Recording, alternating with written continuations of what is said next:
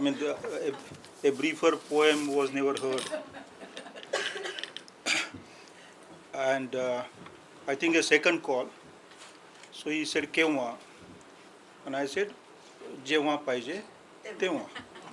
But then he sent me the location map, and I'm here. I'm here with a great amount of unease because I have admired poets, and in a way I not worship gods, but I worship poets.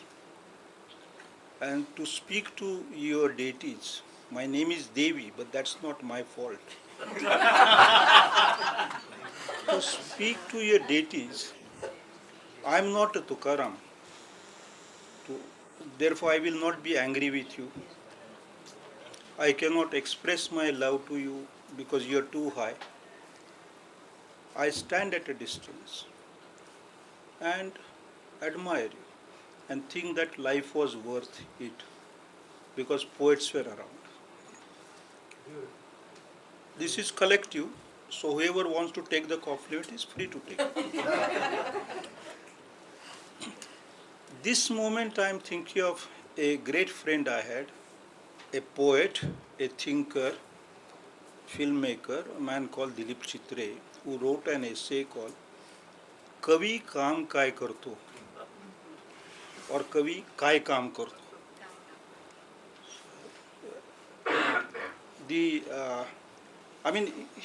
It's a brilliant essay.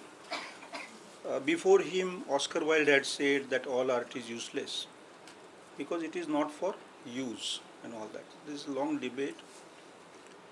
One doesn't ask a Kavi what Kaam he does. I mean, Kaam not in Sanskrit, in Marathi.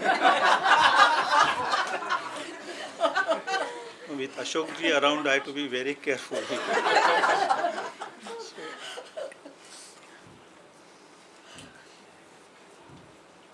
I shall therefore have nothing to say to you, nothing valuable for saying to you. But permit me, even if you regret for having called me, permit me to place before you three concerns. Hemant said I should speak about language, and in fact he has a brilliant poem on language. I will not, contrary to your expectations, I will not begin with language. I think this Raj Kapoor movie, Mera Naam Joker. So I will. You expect me to speak about language? I will do it towards the very end of my 20 minutes. I want to mention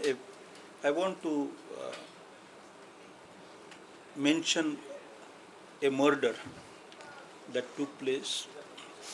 There was a thing, a woman, perhaps,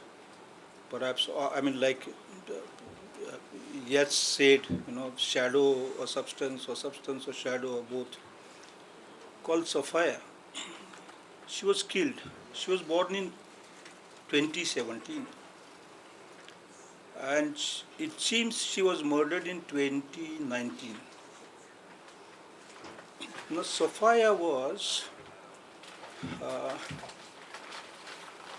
the Marathi pronunciation of what she was is Ag-Aig.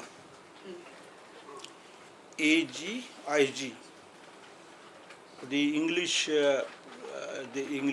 full name is Artificial General Intelligence Society or Community. She was made in the image a mix of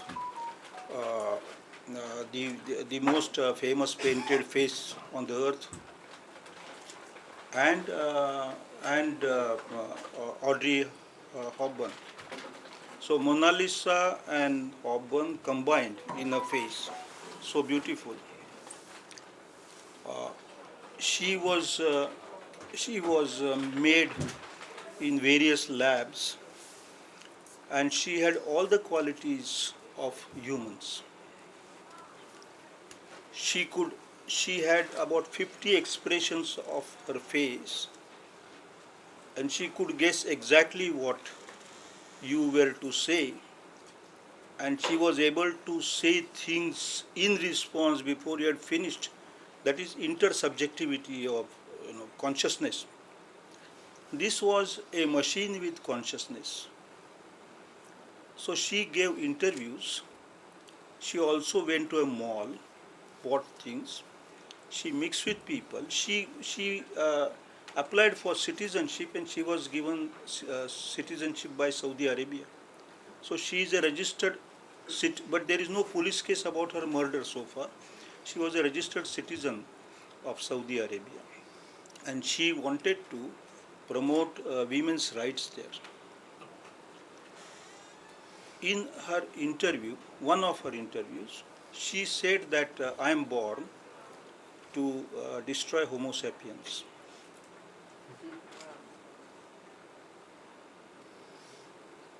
Homo sapiens have been around for. She was silenced, and one doesn't know who silenced her, when she was silenced exactly, whether she was really murdered, or whether she will be recharged, and or maybe she finds some solar disk, like Krishna's. What are, Krishna has some disk in his hand, Sudarshan Chakra. So I mean, yeah, and then gains energy again, and walks into our poetry reading next time. I don't know. It's a mystery. Homo sapiens have been around for at least 5 lakh years, 50 lakh years, and of that long period, the Homo sapiens have not exactly Homo sapiens, but Homo. I mean, there have been other human-like animals, but our species has been around for quite a long time, and for the last 70,000 years, it has spoken.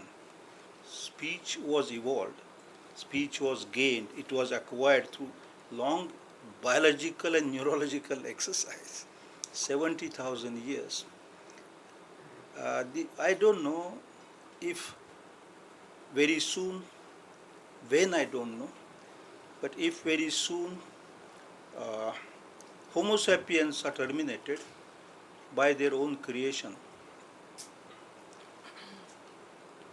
what would be the nature of the sensibility that takes birth?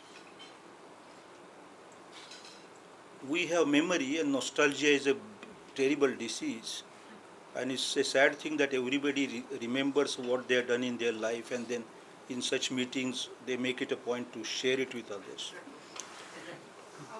Memory is a curse. But Sophia does not have the memory of her birth. She remembers only from the moment she learned to remember, and not prior to that.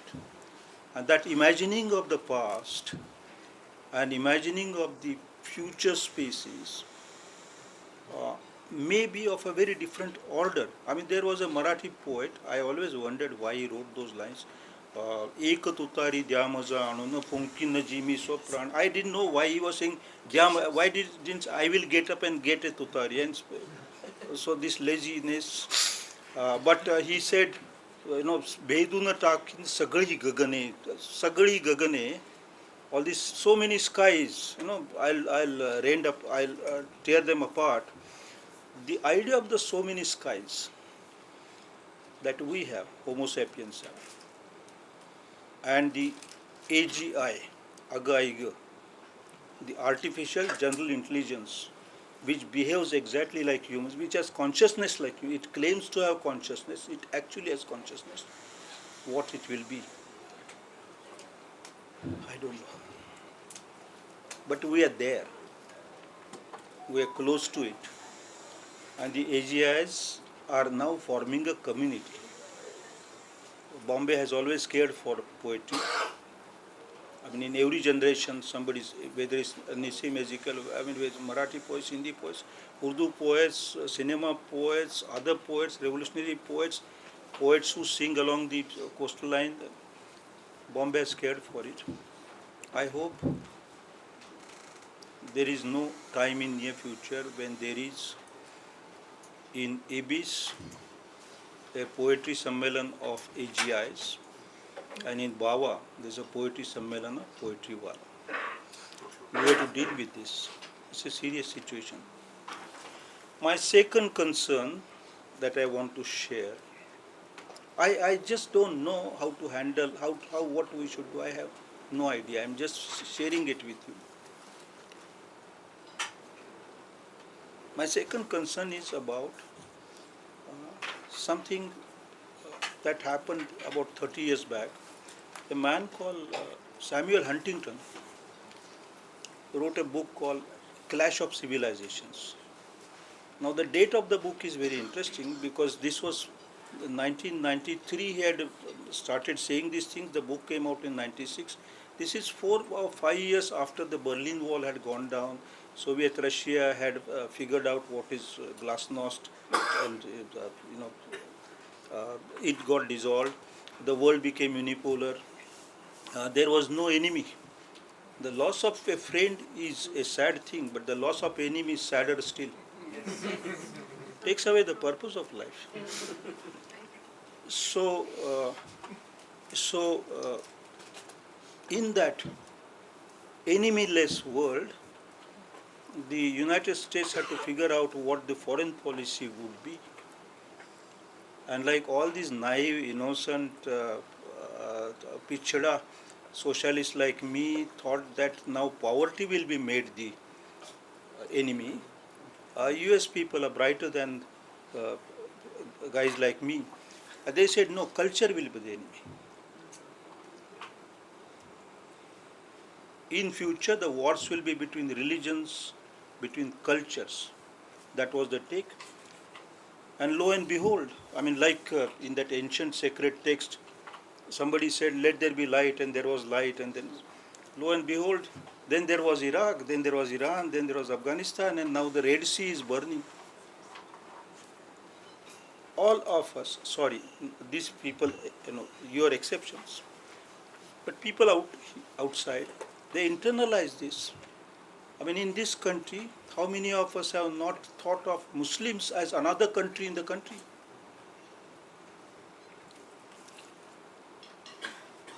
What then happened to the idea of civilization? And that's my second worry. Civilizations, of course, there were wrong notions of civilizations floated even in Bombay 200 years back when the makers of the Asiatic Society started writing about India, measuring the sizes of noses and cheek, and collecting bones and gems and ivory and bribes from princes, and produce a wonderful stock of knowledge which later got circulated in Europe. In Calcutta, likewise, William James, that is the name, yeah. So they all discovered that they were ancient people who had built big cities, and they were looking at them with great wonder. Wonderment is the English word. Great wonder. How those cities were, those were civilization. That was an idea of civilization, which was not a good idea of civilization, not complete idea of civilization. It had a lot of unnecessary compassion and admiration born out of a cultural arrogance. A good idea of civilization would be that, if you look at the map of the world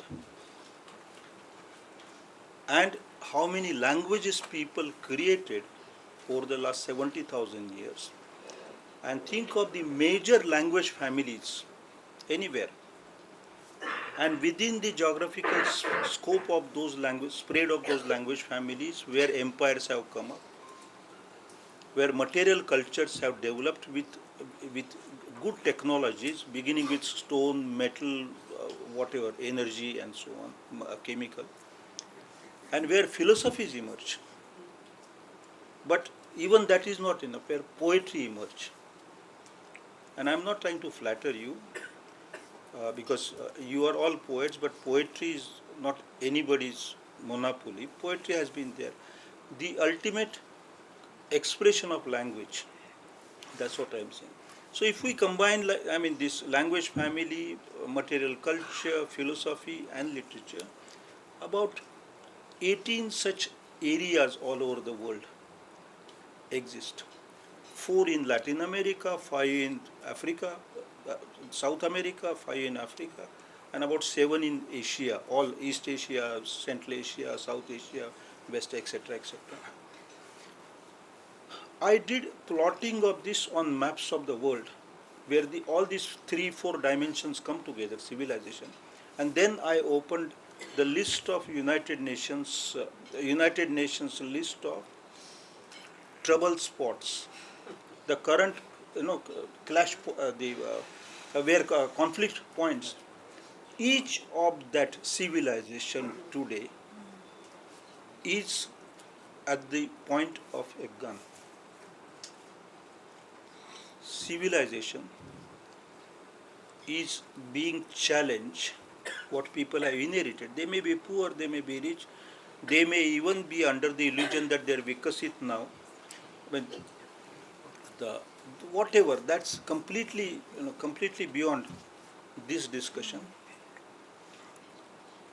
If Homo sapien is close to, has come close to its, her or his or it, their, that's the right English expression, their termination, civilizations have come close to their termination. Language. Uh, UNESCO brought out a catalogue of endangered languages. That was also not done very innocently, not because they were saints, but also because the year happened to be the year when this new foreign policy was unfolding. But indeed, human languages have taken a beating. And that comes not from United States of America or a foreign policy or UNESCO, but it comes from what is happening to the human brain. There is a British professor of reading, not reading, not, somebody who works on how the brain reads.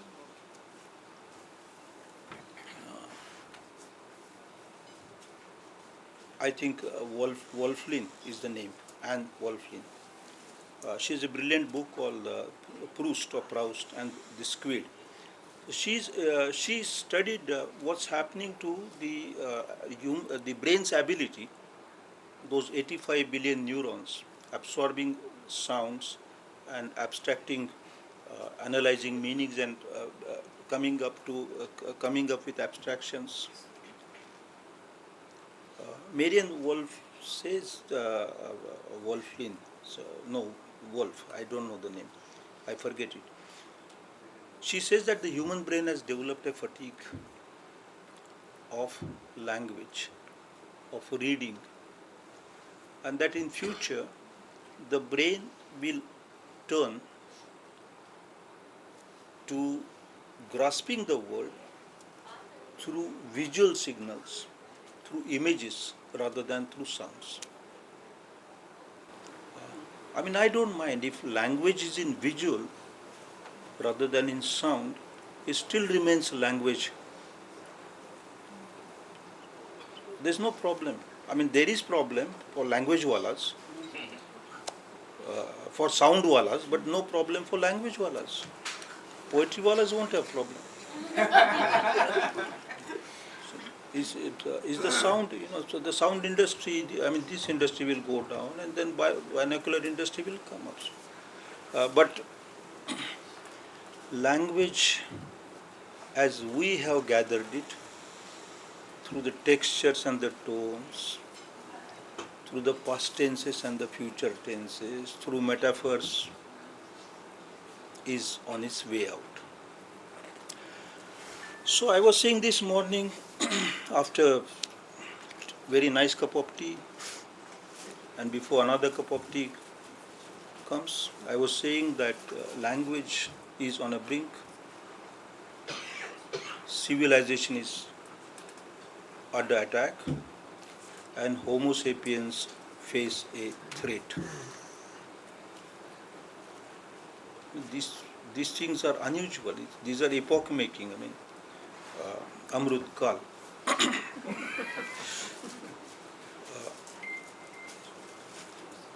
What can poetry do? I will not answer that question. My dear friend Dilip Chitra has told me not to answer that question. What poetry will do is what poetry does. Ashok ji has already explained to you what poetry does, and particularly now what it can do. And I cannot trespass that, it's मैं आपकी बहुत इज्जत करता हूँ, इसलिए इसके आगे मैं एक शब्द भी नहीं बोलूँगा और मेरी बात पूरी करूँगा. धन्यवाद.